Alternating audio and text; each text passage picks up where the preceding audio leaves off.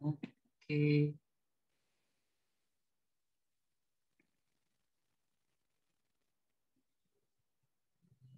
Oke, Assalamualaikum warahmatullahi wabarakatuh. Selamat siang, Bapak dan teman-teman semua.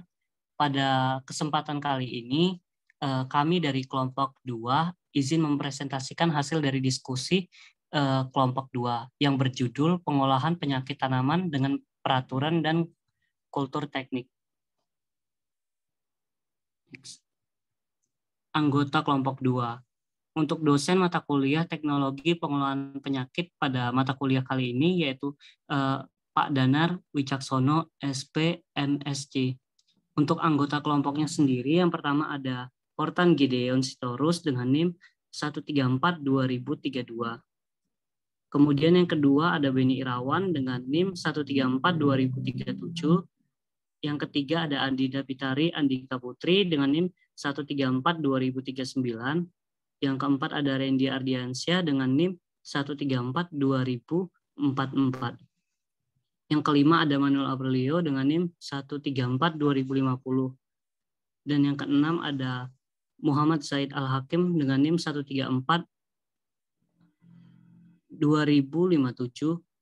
Yang ketujuh ada Muhammad Faiz Al-Madani dengan NIM 134-2062. Pengelolaan dengan peraturan. 1. Eradikasi. Eradikasi atau pemberantasan adalah kondisi di mana suatu penyakit tidak ditemukan lagi secara permanen melalui upaya-upaya yang terorganisir. Eradikasi tanaman adalah tindakan pemusnahan terhadap tanaman yang terserang penyakit, organisme pengganggu tumbuhan, dan benda lain yang menyebabkan tersebarnya organisme pengganggu tumbuhan di lokasi tertentu. Pembinasaan tanaman dilakukan terhadap tanaman yang memiliki ciri-ciri. Yang pertama, tanaman terserang hama ataupun penyakit. Yang kedua, munculnya gejala penyakit pada salah satu bagian tanaman. Dan yang ketiga, tanaman yang memiliki kemungkinan menjadi inang alternatif.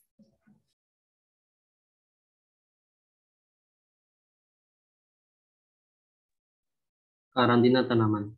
Tujuan karantina adalah mencegah pemasukan dan penyebaran hama penyakit pada tanaman menggunakan undang-undang. Yang selanjutnya mencegah penyebaran pada tanaman yang sering menjadikan andalan ekspor impor. Dan yang terakhir yaitu mengurangi interaksi langsung dengan media penyebaran penyakit. Next.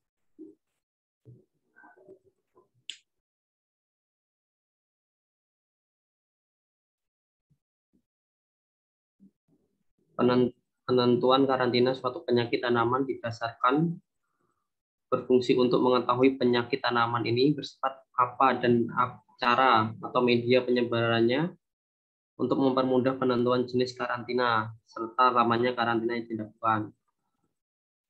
Yang pertama yaitu sifat dan cara penyebaran suatu penyakit tanaman. Agar mengetahui penyakit tanaman yang bersifat, penentuan jenisnya serta lamanya karantina yang dilakukan. Yang kedua yaitu daerah penyebaran. Berfungsi untuk memetakan sudah seluas apa dan sejauh apa wilayah yang tanamannya telah terinfeksi penyakit. Yang ketiga, perkembangan dan kerugian yang ditimbulkan, selalu mencari perkembangan terbaru dari penyakit tanaman serta menganalisis lebih jauh seberapa besar kerugian yang ditimbulkan akibat penyakit ini. Yang terakhir yaitu efektivitas karantina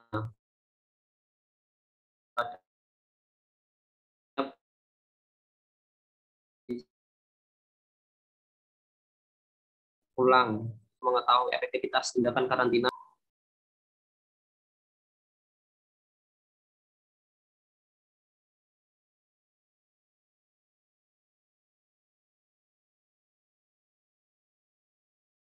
Next.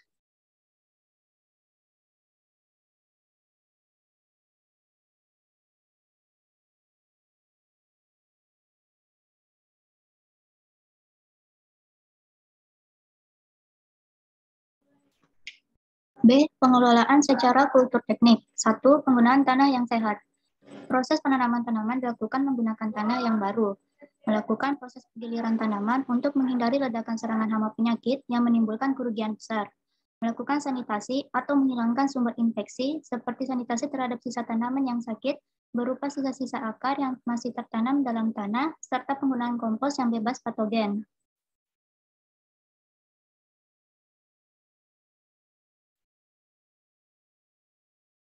Dua, penggunaan bibit yang sehat.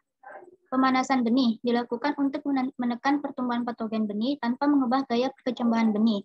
Suhu yang tepat untuk pemanasan benih tanpa mengganggu pertumbuhan kecambah benih yaitu 60 derajat Celcius. Apabila lebih dari itu, maka pertumbuhan kecambahan akan terganggu.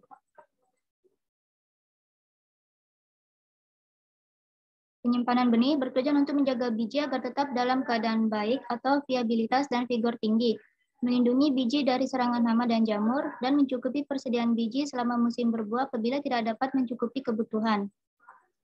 Desinvestasi ditujukan untuk mematikan cendawan bakteri atau serangan yang berada di permukaan benih atau surface organisme, tetapi belum menginfeksi permukaan benih. Terakhir, penggunaan benih bebas patogen, biasanya memakai benih ataupun bibit dengan varietas unggul, di mana beberapa keunggulannya seperti tahan terhadap serangan hama penyakit, serta memberikan hasil panen yang berkualitas.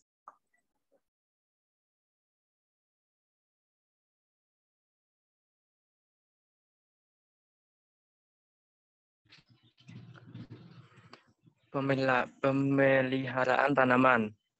Pertama yaitu pemilihan tepat, meliputi pemilihan lahan atau area tanaman yang dekat dengan sumber perairan, bebas atau minim serangan hama maupun penyakit tanaman. Kondisi lahan menyesuaikan dengan kondisi suhu setempat serta jenis tanaman yang akan dibudidayakan. Yang kedua, penyiapan tanah. Tanah yang digunakan sudah pasti harus sehat dan sebaiknya melakukan olah tanah terlebih dahulu sebelum penanaman dilakukan. Peningkatan kesuburan tanah dilakukan dengan menjaga kandungan dalam air tetap tersedia serta kandungan unsur hara dalam tanah seimbang. Pemberian pupuk yang rutin dan sesuai dapat membantu menyeimbangkan unsur hara dalam tanah juga membantu pertumbuhan tanaman. Selanjutnya, penyebaran biji. Ada 3 hal yang harus diperhatikan terkait penyebaran biji, yaitu waktu sebar, kerapatan atau jarak antar tanam, serta kedalaman tanah. Selanjutnya, pengairan. Menentukan sistem irigasi yang tepat agar kondisi tanaman tetap terjaga kebutuhan airnya. Jangan sampai tanaman menerima kelebihan air ataupun mengalami kekurangan air. Dan terakhir yaitu pemeliharaan tanaman terdiri atas pembersihan gulma, pemupukan, penyulaman, dan mencabut memangkas bagian tanaman yang terserang hama.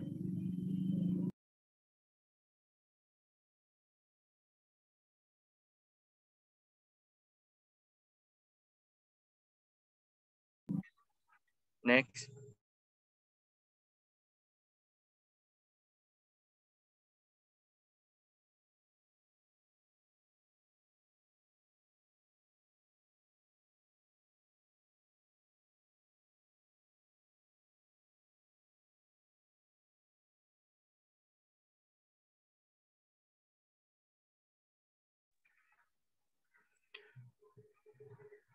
Pembersihan gulma.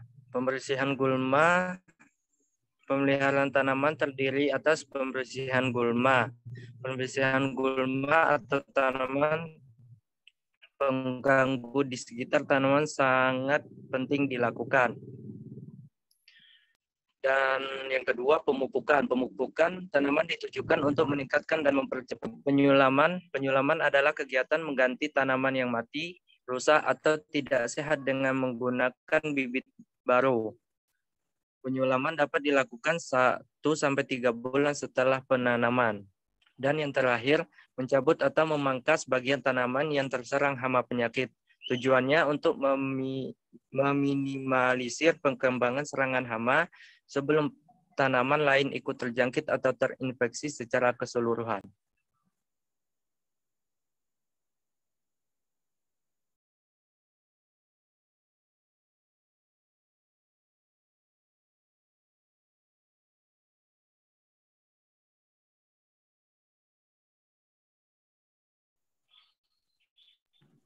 4. Penghilangan bagian terserang. Next. Penghilangan bagian terserang. Yang pertama yaitu pemberantasan gulma serta penerapan tanaman perangkap. 2. Pembongkaran tanaman yang berpotensi sebagai inang alternatif. 3. Pembongkaran atau pencabutan tanaman yang sakit. Yang terakhir, memangkas bagian tanaman yang terserang hama, penyakit, maupun yang masih menunjukkan gejala. Next.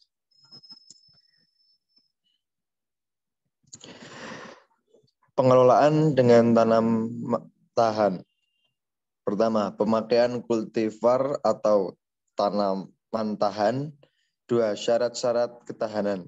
Yang pertama, tahan terhadap kondisi perubahan lingkungan. 2. Minim akan serangan hama patogen. Apabila tanaman terlanjur terserang, tanaman masih menunjukkan kondisi tumbuh kembang yang baik. 3. Pertumbuhan dengan perkembangannya stabil secara genetik. Yang terakhir, tahan terhadap serangan variasi ras hama dan patogen.